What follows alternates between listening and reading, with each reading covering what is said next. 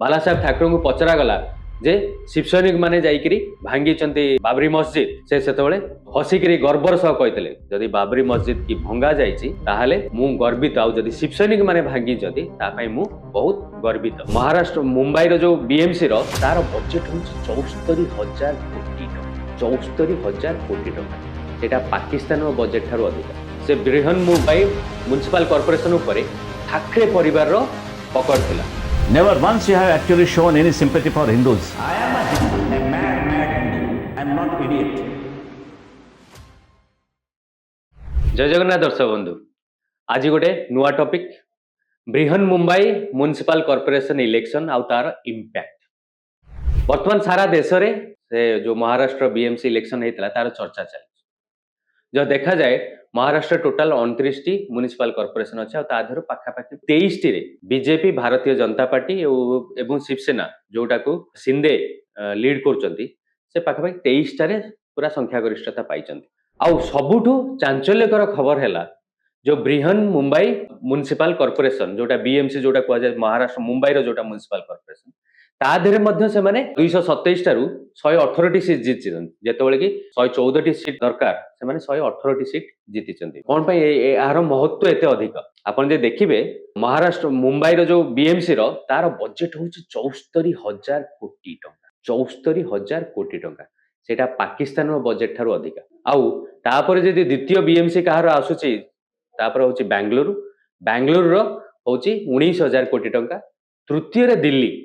16,000 कोटी टंका आउ इवन चेन्नई रोचे मात्र 8,000 कोटी टंका आउ कालकाटार 6,000 कोटी टंका। तामाने आपण भाबंतु कौन पाई बृहन मुंबई म्युनिसिपल कॉर्पोरेशन एते महत्व रखुची सारा देश पाई। आउ जदि देखा जाए विगत 25 वर्ष हेलानी से बृहन मुंबई म्युनिसिपल कॉर्पोरेशन उपरे ठाकरे परिवार रो पकड़ थिला।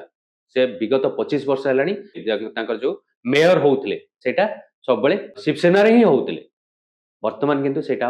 हबनी। आमे जे देखिबा महाराष्ट्र इतिहास जे देखिबा महाराष्ट्र इतिहास रे एई जो इलेक्शन हैला एटा दुई परिवार को बहुत बड़ शक्त धक्का। से दुईटा परिवार के गोटे हैला ठाकरे परिवार आ गोटे हैला पावर परिवार जोटा शरद पवार। आमे ठाकरे परिवार रो राजनीति जानिबा को हेले हमको बाला साहेब ठाकरे को कहानी जानिबा पड़े। बाला साहेब ठाकरे से 1926 मसीह जन्म ग्रहण करथिले। तापर से बाला साहेब ठाकरे गोटे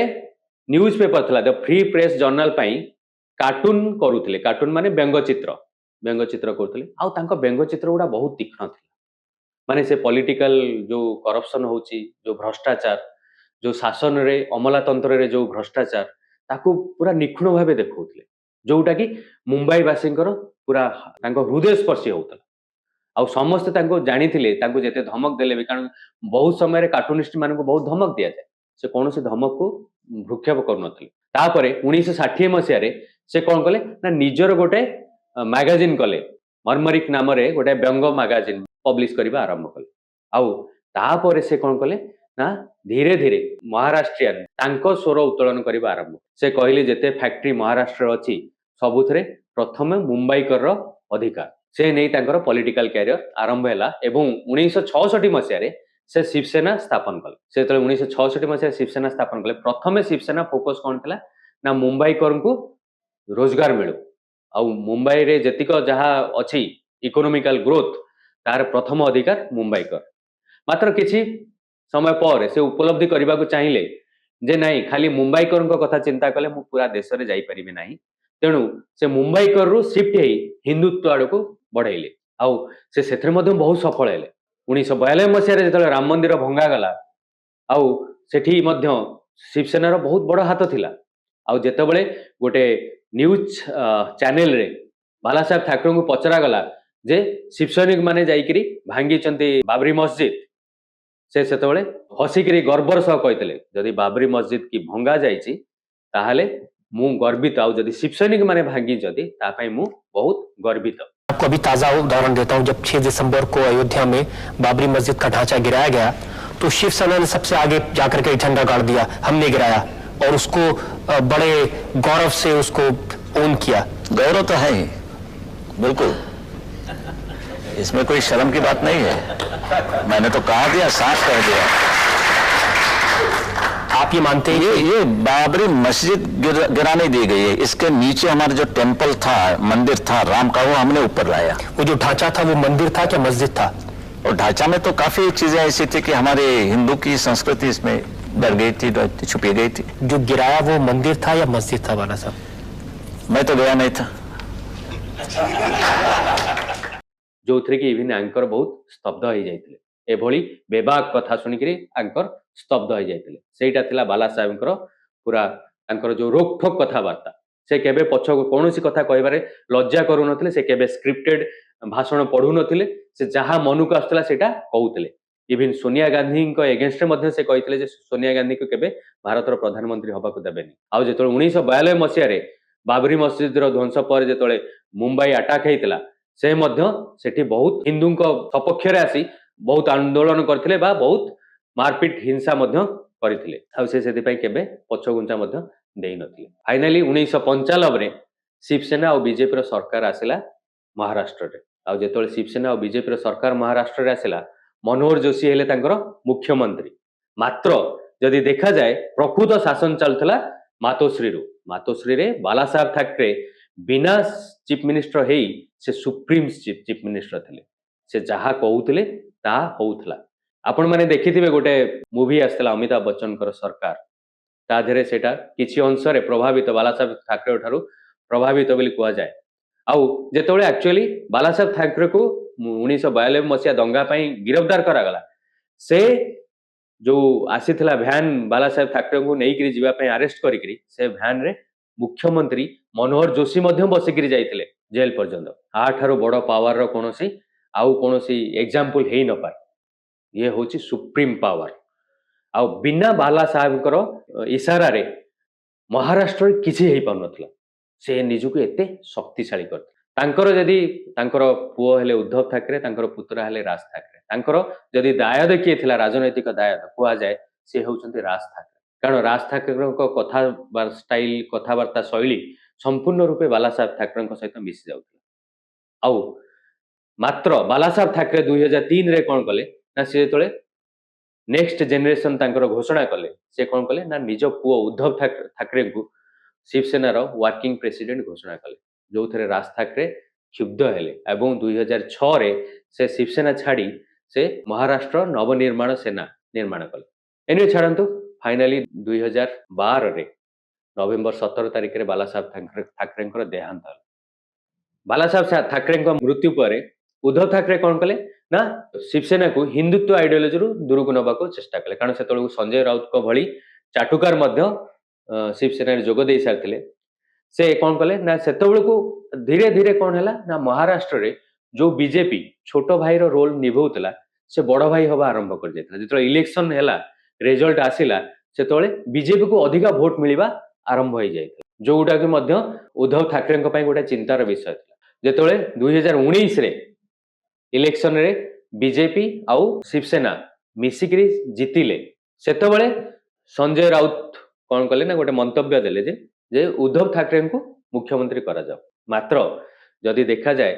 बीजेपी अधिक सीट जीतला आउ शिवसेना मात्र 62 सीट जीत जेहेतु कोएलिशन रे बीजेपी पाखापाखि 30टा अधिका सीट जीतला तेणु बीजेपी की मुख्यमंत्री पद देवा आवश्यकता थिला मात्र उद्धव ठाकरे अड़ी बसिले जे ताई से मुख्यमंत्री हवा दरकार शिवसेना जहा कि 1995 रु बीजेपी रो जो साथी हेइथिला समर्थक हेइथिला बा कोएलिशन रे थिला से कौन कले ना प्रथम थर पर शिवसेना बीजेपी कोएलिशन भांगी कांग्रेस आउ एनसीपी सहित हाथ मिलेला मोर मने पड़ुछि सेही दिन मु मध्य गोटे फेसबुक रे गोटे पोस्ट देइथिली जे एटा होउछि शिवसेना रो शेष द एंड आउ किछि कमेंट मध्य लोक करथिले जे कोन पई भाबुछ the end Etah Shiv Sena row rise हेई पारे कारण एइथ पई मु द एंड लिखिथिली आपण जदि आपण चेरो काटी देबे आपण केबे बंची रही परिबेनी शिवसेना रो चेरो कौन थिला हिंदुत्व होउछि तार चेरो थिला तार पहचान थिला हिंदुत्व जो दिन से हिंदुत्व ठारू दूरेई गला सेही दिन तार शेष तार को आउ के अटकेबा पड़ी नथिले एनिवे छाडंतु 2019 रे शिवसेना बीजेपी ठारू अलगा हेकरी उद्धव ठाकरे मुख्यमंत्री हेले मात्र बेसी दिन चललानी 2022 रे शिंदे कौन कले ना से शिवसेना को दी भाग रे विभक्त करी से आसिकरी मुख्यमंत्री हेले बीजेपी सहित कोएलिशन करी मुख्यमंत्री हेले आ शिंदे जेतବେଳେ मुख्यमंत्री हेले सेतବେଳେ कोन हला ना एठी उद्धव ठाकरे केवल तांकर पार्टी हरैलेनी जेतବେଳେ आलोकेशन हला कोउटा असली शिवसेना देखा गला सेतବେଳେ कोन हला ना इलेक्शन कमिश्नर शिंदे ग्रुप को असली शिवसेना बेली कही तांको तांको पताका तांको चिन्ह दीटा जाक देदेले काहाको दीटा जाक देदेले शिंदे ग्रुप को आउ उद्धव ठाकरे सुप्रीम कोर्ट रे मध्य केस लड़िकी हारिले जे नाई शिवसेनार प्रकृत शिवसेनार कहा पाखे रहिबा दरकार ना शिंदे सहित रहिबा दरकार आउ ये बीएमसी इलेक्शन में मध्य सेटा प्राय प्रूव हे गला जे प्रकृत शिवसेनाटा होची शिंदे को पाखे कारण जेते जगह म्युनिसिपल कॉर्पोरेशन अछि ता जो कॉर्पोरेटर माने आछंती जेतळे शिंदे ग्रुप को 369 टी सीट मिली उद्धव ठाकरे को मात्र 170 पाखापाखि सीट मिली जोटा कि बहुत कम शिंदे ठारू बहुत कम तेणु ता मध्यरे आउरी गोटे कथा उद्धव ठाकरे कौन कले ना उद्धव ठाकरे हिंदू 1992 रे दंगा होता तापाई मुस्लिम मानक क्षमा भिक्षा कले मुस्लिम मानक खुशी करिया को जाई क्षमा भिक्षा कले जे मो बापा जहा करछन भूल करछन आ सेतबेले जहा हेछि सेति मु दुखित आउ ता खाली सेति के नुए जो बाला साहेब ठाकरे सबले कहउतले जे मु सोनिया गांधी के केबे भारतर प्रधानमंत्री करई देबेनी से जणे विदेशी तांको शरण जाई पसिले उद्धव ठाकरे आउ एटा हैला शिवसेनार अंतर मुख्य कारण जो शिवसेना आज संपूर्ण रूपे सबु हरैछि तार मुख्य कारण एटा जदि एई बीएमसी इलेक्शन रे आउ गोटे परिवार अंत घटिताए से होची पावर परिवार शरद पावर एवं तांको पुतुरा अजित पावर दादा पुतुरांकर दल सेटा तो आगु भांगी जाइथिला तथापि दुई दादा पुतुरा मिसिक एथर इलेक्शन लड़ीथिले शरद पावर जदि आमे राजनीतिक कैरियर देखे से गोटे कृषक परिवार जन्म तांको जेतले मात्र 20 वर्ष से गोटे ब्लॉक रो कांग्रेस प्रेसिडेंट हेतिले तांको जेतले 27 वर्ष से कांग्रेस टिकेट रे एमएलए हेतिले मात्र तांको 38 वर्ष हैला बेलकु से कांग्रेस को कौन कले ना कांग्रेस रु निजर विभाजन करी गोटे नुआ दल गढ़ी से 1978 मसीह से कौन कले ना गोटे नुआ दल गढ़ी पीडीएफ नामक प्रोग्रेसिव डेमोक्रेटिक फ्रंट नामक गोटे नुआ दल गढ़ी आउ जो 1978 इलेक्शन है से नुआ दल गढ़ा पर इलेक्शन चांचल्यकर कथा है ना शरद पावर कांग्रेस रो बड़ नेता को हरई से मात्र 38 वर्ष रे मुख्यमंत्री हेले महाराष्ट्र आज पर्यंत से होचन सबुठु यंगेस्ट चीफ मिनिस्टर महाराष्ट्र मात्र 38 वर्ष रे मुख्यमंत्री आपण जे देखंती शरद पावर एक्चुअली प्रकृति रे बहुत बहुत गोटे बड़ राजनीतिज्ञ तांकर नेक्सस जे देखा जाए तांकर संपर्क को मान सहित थिला तांकर संपर्क अंडरवर्ल्ड सहित थिला से इवन कुआ जाए दाऊद इब्राहिम कर से बहुत बड़ सांग थिले जदि दाऊद इब्राहिम मुंबई रे पहुंची कहा को कॉल करंती से होचंती प्रथम शरद पावर को कॉल से बळी जेतिक अंडरवर्ल्ड डॉन थिले मुंबई रे समस्त सहित शरद पावर बहुत भल संपर्क थिला आउ पैसा सेही पैसा को लगाई से राजनीति रे बहुत आगो को गति करते मात्र मुख्यमंत्री हवा पर जेतले देखिले जे पीडीएफ रो सेमती कोनोसी भविष्यत नाही से पुणी थरे कांग्रेस रे मिसी जाइतले से कांग्रेस रे मिसिया पर जेतले 1991 ରୁ 1992 से कौन कले ना सेतबेले से होची भारतर रक्षा मंत्री हेले 1999 मसीह से गोटे नुआ दल गढ़िले जार ना रहिला नेशनलिस्ट कांग्रेस पार्टी कारण से चाहू नथिले जे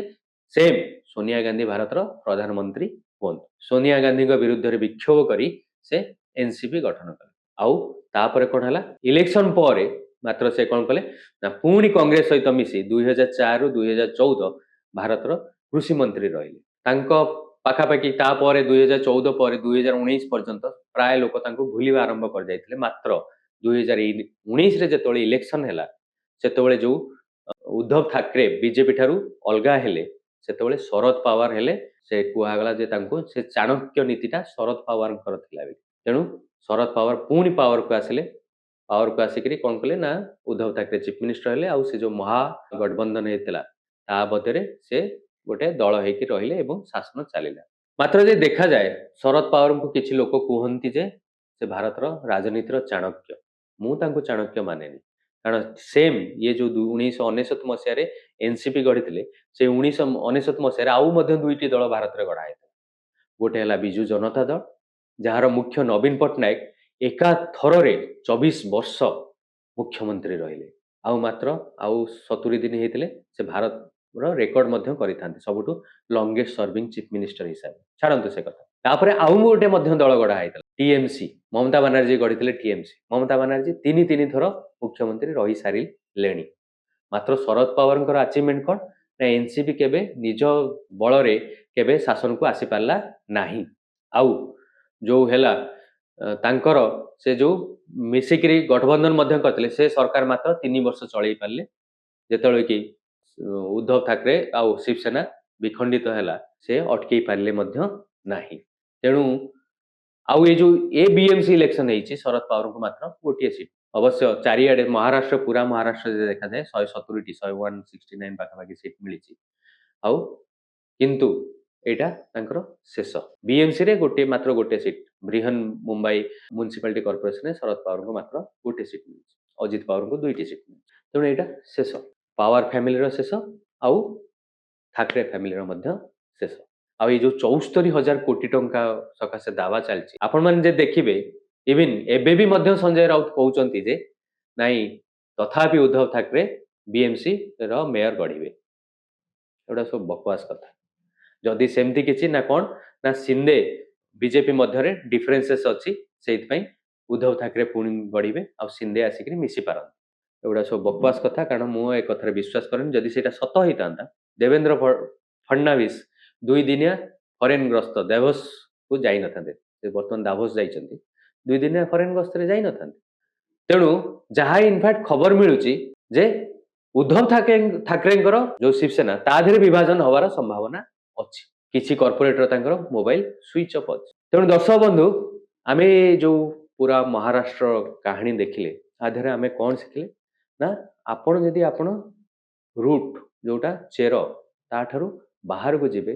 ନା ଆପଣ ରାଜନୀତି କରିପାରିବେ ନା ଆପଣ ନିଜର କିଛି ବଞ୍ଚାଇ ପାରିବେ। ଉଦ୍ଧବ ଠାକରେ ଯଦି ହିନ୍ଦୁତ୍ୱରୁ ବାହାରକୁ ନ ଯାଇଥାନ୍ତେ ସେ ଆଜି ମଧ୍ୟ ମହାରାଷ୍ଟ୍ରରେ ପାୱାରଫୁଲ ହେଇ ରହିଥାନ୍ତେ। ଯୋଉଦିନ ହିନ୍ଦୁତ୍ୱ ଛାଡ଼ିଲେ ସେଇଦିନ ତାଙ୍କର ଶେଷ ତାଙ୍କର ଅନ୍ତିମ ପଦଯାତ୍ରା ଆରମ୍ଭ ହେଲା। ଦର୍ଶକ ବନ୍ଧୁ ଆପଣଙ୍କୁ ଏ କାହାଣୀଟା କେମିତି ଲାଗିଲା? ଯଦି ଭିଡ଼ିଓ ଗୁଡ଼ା ଭଲ ଲାଗୁଛି ଆପଣଙ୍କୁ ଅନୁରୋଧ କରିବି ଚ୍ୟାନେଲଟାକୁ ସବସ୍କ୍ରାଇବ୍ କରନ୍ତୁ, ଭିଡ଼ିଓକୁ ଲାଇକ୍ କରନ୍ତୁ ଆଉ ଯେତେ ଅଧିକରୁ ଅଧିକା ସେୟାର ମଧ୍ୟ କରନ୍ତୁ। ମୁଁ ଆଉ ମୋ ଟିମ୍ ବାରମ୍ବାର ମୁଁ କହୁଛି ମୁଁ ଆଉ ମୋ ଟିମ୍ ଅଜସ୍ର ପରିଶ୍ରମ କରୁଛନ୍ତି ଏ ଭିଡ଼ିଓ ଗୁଡ଼ାକ ଆପଣମାନଙ୍କ ପାଖକୁ ଆଣିବା ପାଇଁ। ଯଦି ଆମ ପାଇଁ ଆପଣ କିଛି ବି ପ୍ରୋତ୍ସାହନ ଦେବାକୁ ଚାହୁଁଛନ୍ତି ସେଇଟା ହେଉଛି କେବଳ ଚ୍ୟାନେଲଟାକୁ ସବସ୍କ୍ରାଇବ୍ କରନ୍ତୁ ଆଉ ଲାଇକ୍ କରି ଅଧିକରୁ ଅଧିକା ସେୟାର କରନ୍ତୁ। ପୁଣି ଥରେ ଦେଖା ହେବା ପୁଣି ଗୋଟେ ନୂଆ ବିଷୟ ନେଇ। ଧନ୍ୟବାଦ ଦର୍ଶକ ବନ୍ଧୁ। ଜୟ ଜଗନ୍ନାଥ, ଜୟ ହିନ୍ଦ, ବନ୍ଦେ ଉତ୍କଳ।